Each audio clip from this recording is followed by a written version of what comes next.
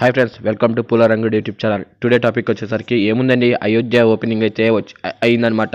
500 ఏళ్ల క్రితం మూత మూసిన అయోధ్య ఈరోజైతే రీఓపెన్ అయితే చేశారనమాట మన నరేంద్ర మోడీ గారు అయితే.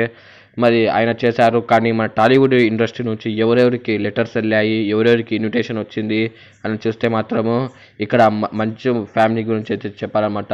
మన స్నో ఫ్యామిలీ డప్పు అయితే చాలా బాగా అయితే కొడుతున్నారనమాట. మోహన్ బాబుకి ఇన్విటేషన్ వచ్చిందని ఆయన ఏదో కారణాల వల్ల వెళ్ళలేకపోయారని పచ్చి అబద్ధం అయితే చెప్పారనమాట. సెకండ్ వచ్చేసరికి మన నందమూరి ఫ్యామిలీలోంచి ఎవరైనా వెళ్ళారని చూస్తే వీళ్ళకు కూడా ఇన్విటేషన్ అయితే రాలేదనమాట. మన ఎన్టీఆర్ అన్న ఫ్యాన్స్ అయితే హడావిడి అయితే చేస్తున్నారు, కానీ ఇక్కడ ఎన్టీఆర్కి అయితే ఏ ఇన్విటేషన్ కార్డ్ అయితే వెళ్ళలేదు. మరి ఆయన ధీవరా మూవీ షూటింగ్లో ఉన్నారని, అందుకే వెళ్ళలేకపోయారని వాళ్ళ ఫ్యాన్స్ అయితే హడావిడి చేస్తున్నారన్నమాట. నిజానికి అదంతా లేదు.